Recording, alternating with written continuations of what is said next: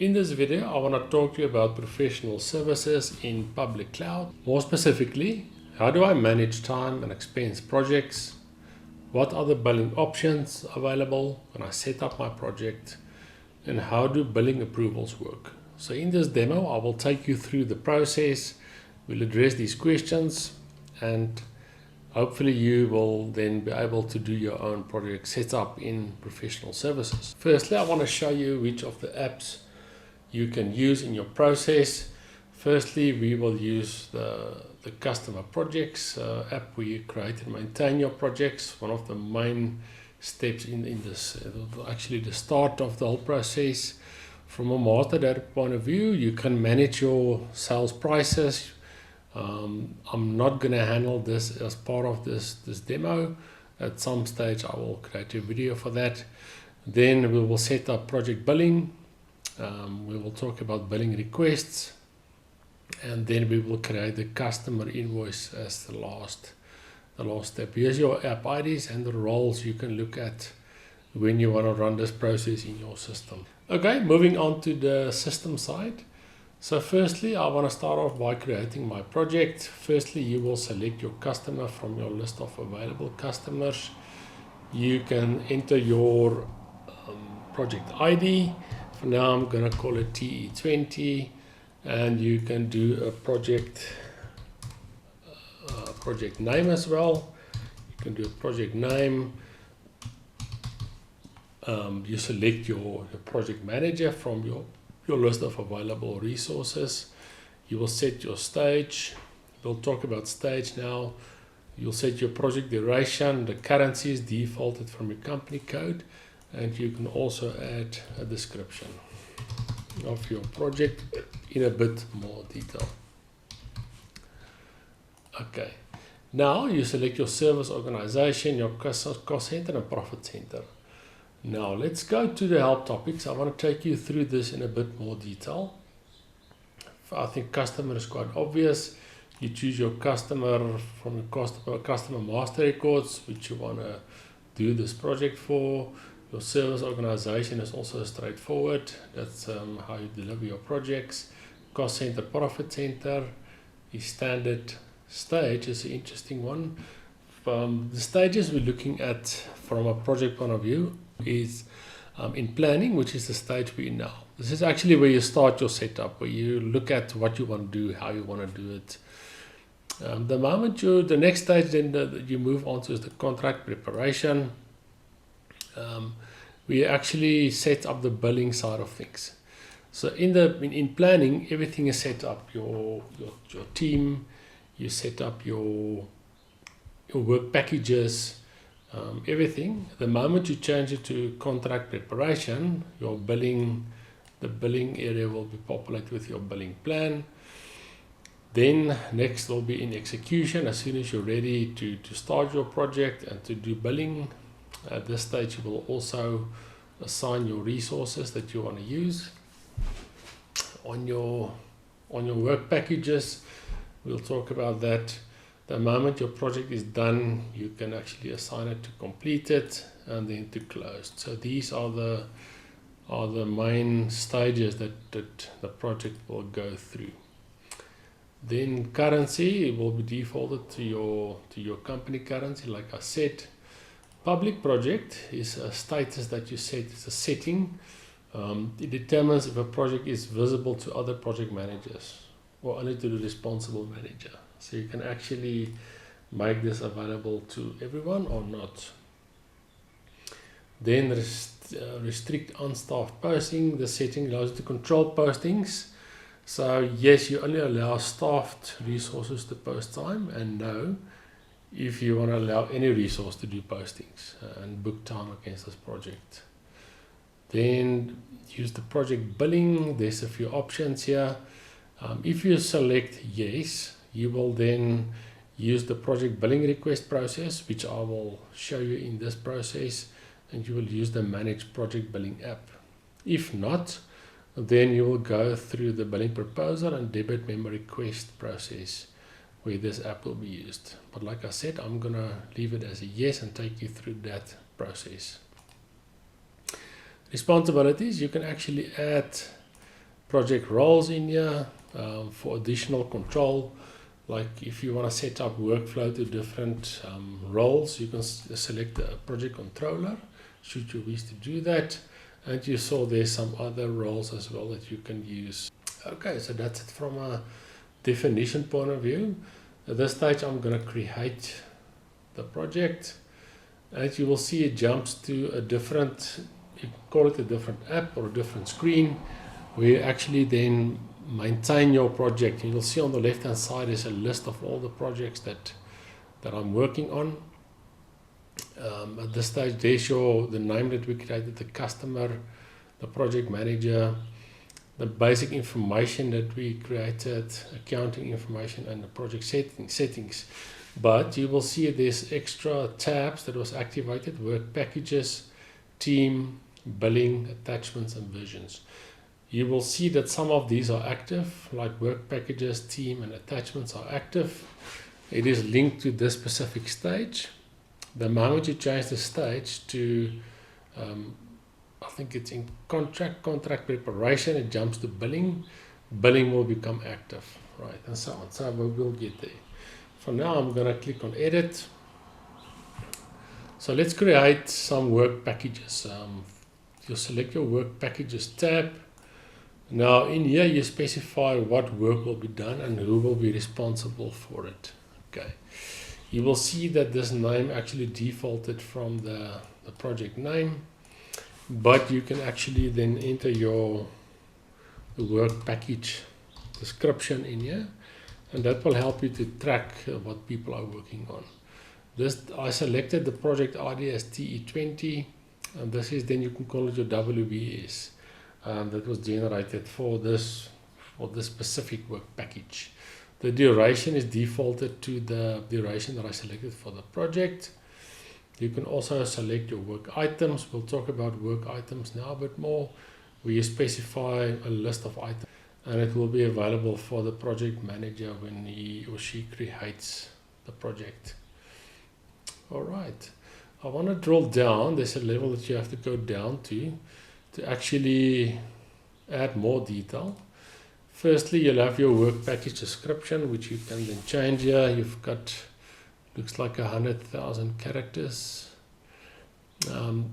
This block function, so you can actually manage your postings as well in here for time recordings and so on. So you can block any time bookings. You can block for the work package only as well in here. So for now, I'm not going to go through all of these definitions for now. I'm just going to go ahead and create, add a team member. So firstly, I'm going to select a junior consultant who will be responsible for this specific work package. I select my service organization. You can select your work item if you want to, and then my effort for this is 8 hours. Okay, so for now that is good enough. You will see that the planned revenue is currently on 0 ZAR and the planned cost is on 0 ZAR. So the moment you add your resources and you do a recalculation, you will see that the planned revenue is actually updated, and your planned cost, the effort is here, and the planned margin is also populated. Now the planned margin is calculated by subtracting your planned cost from your planned revenue divided by planned revenue, and that's a 31.25% that we're looking at. Okay, moving down to, you can also add additional resources if you wish to do that. I want to show you how expenses work. You can actually add project expenses when creating your project, and it's for this work package specifically. And in here there's a few standard defined expense types like accommodation, airfare, and so on. For now I'm going to select miscellaneous, and you'll say there's a planned cost of 5,000 and it will be billable, and you will actually receive that back from the customer. So that's then both the cost and the planned cost and planned revenue is updated, and you'll see that the planned margin is also updated dynamically. Alright, so at this stage I'm just going to save the project that we have this. We've stored this, we're going back, so we have our first work package. Okay, then moving on to, for now, I'm not going to assign any team members. You can go to team and actually assign your team members. Yeah, if you click on add resource and you select your resource, that person will be added.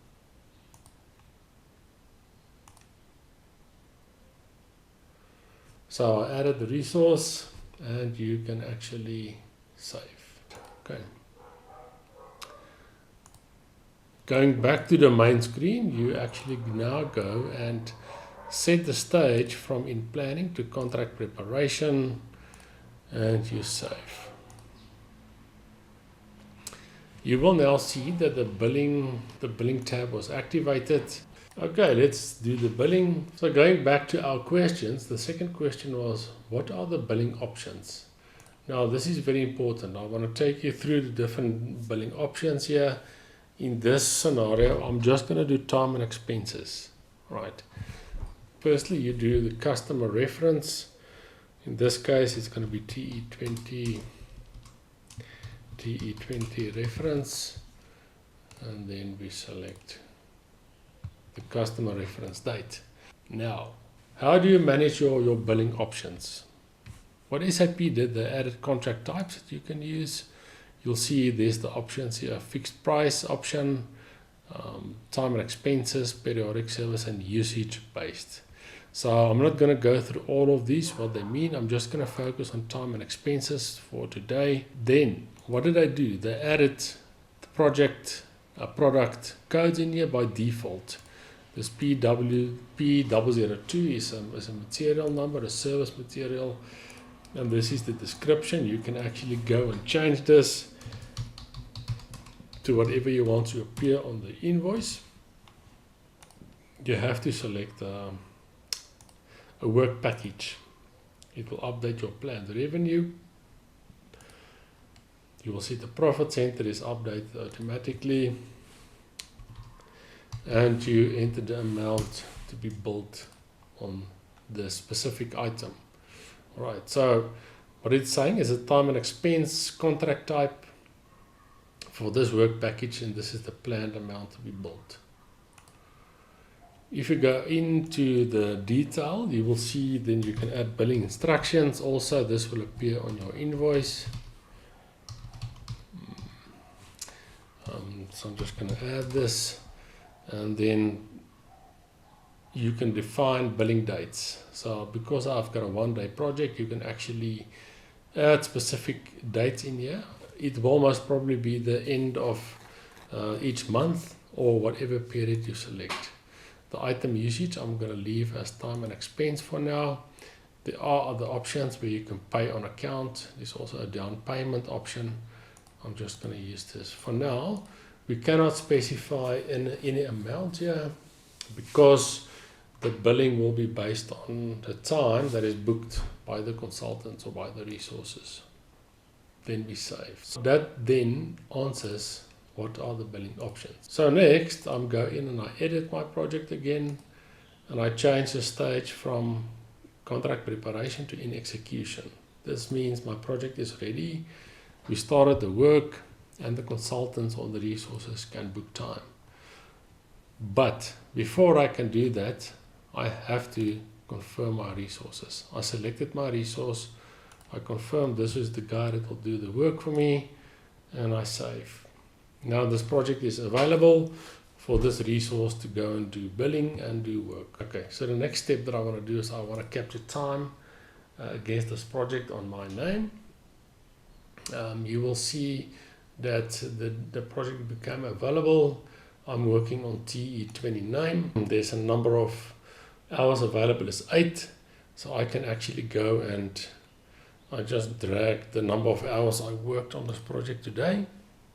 I double click and I complete